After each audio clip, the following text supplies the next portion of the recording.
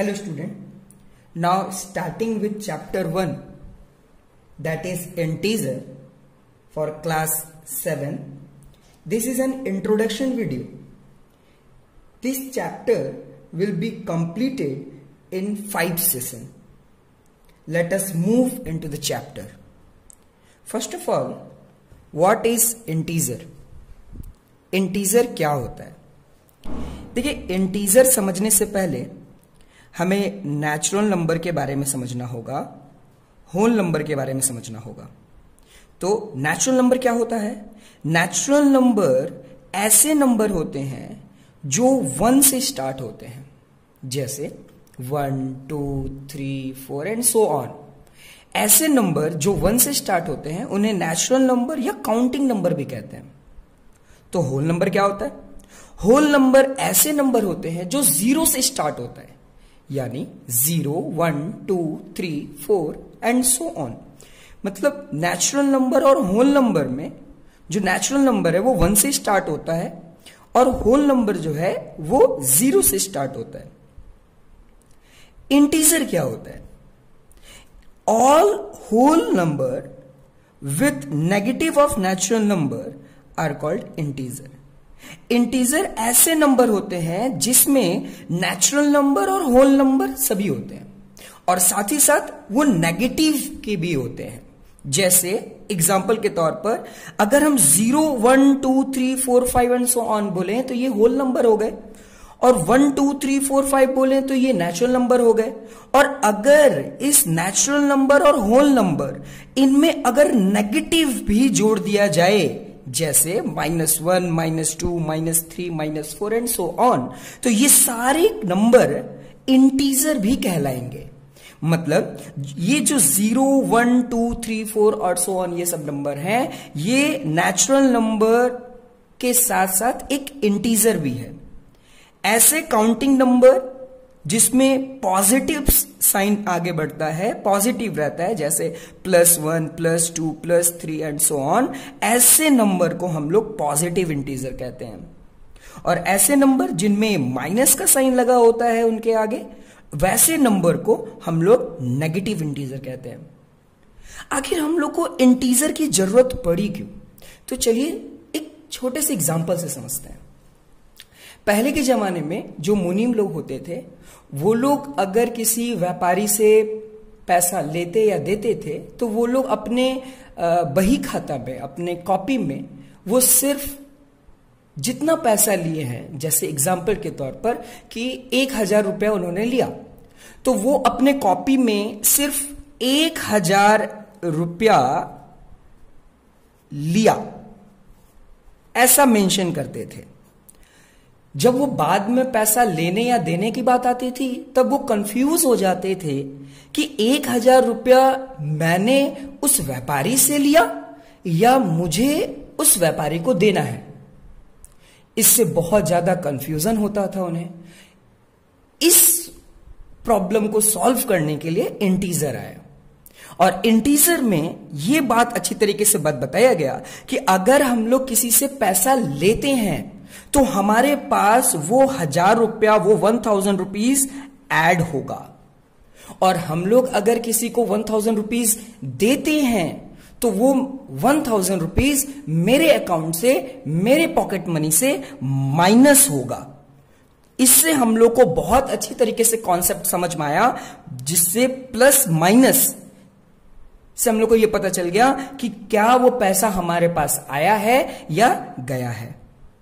Day to day life में हम लोग बहुत ज्यादा इंटीजर अलग अलग जगह पर यूज करते हैं, जैसे बैंकों में जब हम लोग पैसा जमा करते हैं, जब पैसा हम लोग सेव करते हैं, तो वो मनी हमारे अकाउंट में ऐड कर दिया जाता है, मतलब प्लस कर दिया जाता है।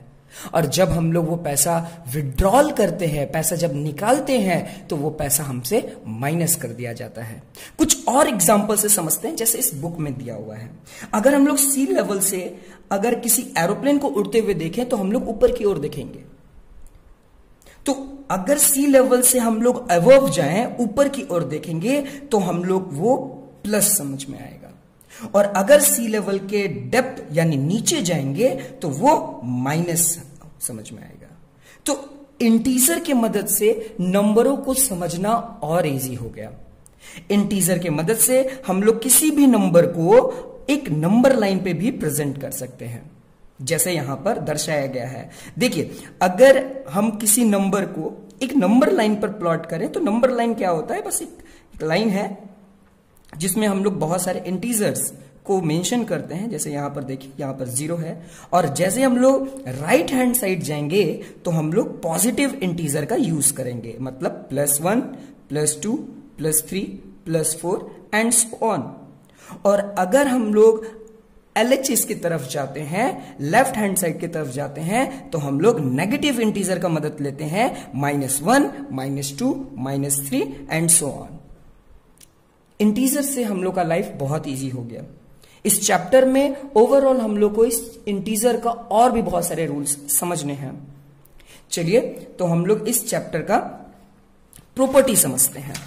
तो इस चैप्टर में कुल 5 प्रॉपर्टी हैं, एक एक करके सारी प्रॉपर्टी को समझते हैं। पहले एडिशन की प्रॉपर्टी समझते हैं। तो एडिशन की प्रॉपर्टी में जो सबसे पहला प्रॉपर्टी आता है वो है क्लोजर प्रॉपर्टी। अब यह क्लोजर प्रॉपर्टी क्या बोलता है? Closure property, the sum of 2 integer is always an integer. मतलब कि अगर कोई 2 इंटीजर को जोड़ें तो उसका जो रिजल्ट आएगा वो हमेशा एक इंटीजर ही आएगा। जैसे एग्जाम्पल के तौर पर अगर हम एक इंटीजर लेते हैं -16 और दूसरा इंटीजर लेते हैं 19, और अगर इन दोनों को सम करते हैं, जोड़ते हैं, तो -16 और 19 इन दोनों को जब हम लोग ऐड करेंगे तो माइनस प्लस होता है माइनस रूल के हिसाब से, और आंसर आ जाएगा 3, और 3 भी एक तरह का इंटीजर है। दूसरा जो प्रॉपर्टी है वो है commutative property. Commutative property, the sum of integer remain same whatever the order of integer. मतलब कॉम्युलेटिव प्रॉपर्टी ऐसा प्रॉपर्टी होता है जिसमें हम लोग 2 इंटीजर को अगर जोड़ें तो उसका जो रिजल्ट आएगा वो सेम होगा, उसमें किसी ऑर्डर को ध्यान में रखने की जरूरत नहीं है। जैसे कुछ एग्जाम्पल के तौर पर दिखाया गया है कि a + b = b + a। मतलब अगर a + b को जोड़ें उसका जो रिजल्ट आएगा, और अगर b + a मतलब उल्टा करके अगर जोड़ें उसका जो रिजल्ट आएगा, दोनों सेम होगा। एग्जाम्पल से समझते हैं। अगर हम पहला इंटीजर समझते हैं 7 और दूसरा इंटीजर समझते हैं -5, और इस प्रॉपर्टी के आधार पर अगर इसको प्लॉट करते हैं तो a + b का मतलब हो जाएगा, a का मान 7 और b का मान -7, तो इसका मतलब 7 + -5, तो प्लस माइनस होगा माइनस, और माइनस करने पर 7 और 5 को माइनस करेंगे तो आएगा 2। अगर इसको हम लोग फ्लिप कर दें, इसको उल्टा कर दें, b + a मतलब -5 को पहले रख दें और प्लस का साइन, और उसके बाद हम a को रखें जो कि है 7, तो माइनस प्लस रूल के आधार पर माइनस ही होगा, और 7 और 5 में से माइनस करते हैं तो 2 आएगा। मतलब दोनों का रिजल्ट सेम आया। LHS और RHS का जो रिजल्ट आया वो सेम आया। वो इस प्रॉपर्टी से समझ में आता है। तीसरा जो प्रॉपर्टी है वो है एसोसिएटिव प्रॉपर्टी।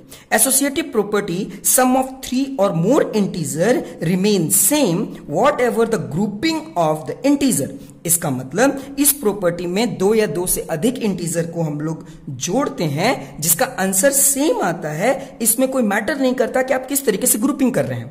एग्जाम्पल के तौर पर a + b + c, ब्रैकेट में हम लोग रख दिए हैं b + c को, equal to a + b bracket में रख दिए हैं +c। इसका मतलब यह है कि LHS में अगर आप देख रहे हैं तो b + c ब्रैकेट में है, मतलब पहले ऑपरेशन हम लोग को ब्रैकेट वाला करना होता है बोर्डमास मेथड से। Equal to a + b bracket में है, इसका मतलब पहले RHS में हम लोग a + b को पहले ऐड करेंगे और उसके बाद c। तो कुछ एग्जाम्पल से समझते हैं। अगर हम लोग एग्जाम्पल लेते हैं -5 a को, -6 b और 4 है हमारा C। अगर इस प्रॉपर्टी के आधार पर अगर हम लोग जाते हैं तो देखने को ये आएगा कि तीनों का तीनों आंसर सेम आ रहा है। अगर हम लोग चौथा प्रॉपर्टी की बात करते हैं तो ये हमारा चौथा प्रॉपर्टी। चौथा प्रॉपर्टी है हमारा additive identity. Additive identity, if we add 0 to any integer, the sum remains same. मतलब कि अगर किसी भी इंटीजर में अगर हम लोग 0 ऐड करते हैं तो आंसर जो होगा वो सेम होगा। एग्जाम्पल के तौर पर कि अगर एक हम इंटीजर लेते हैं -17 और अगर उसको 0 से ऐड करते हैं तो आंसर वही आंसर आएगा जो हमारा इंटीजर था, यानी -17 में अगर 0 ऐड करते हैं तो आंसर आएगा -17। और लास्ट जो प्रॉपर्टी है इस एडिशन में वो है एडिटिव इनवर्स। एडिटिव इनवर्स क्या है? When we add any integer to negative of the same integer then the sum remain 0।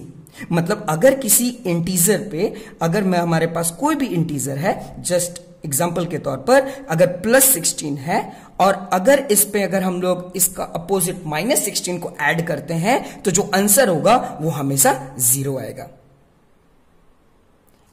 इस लेक्चर के लिए इतना ही। नेक्स्ट लेक्चर में हम लोग इस एक्सरसाइज का क्वेश्चन भी सॉल्व करेंगे। ओके।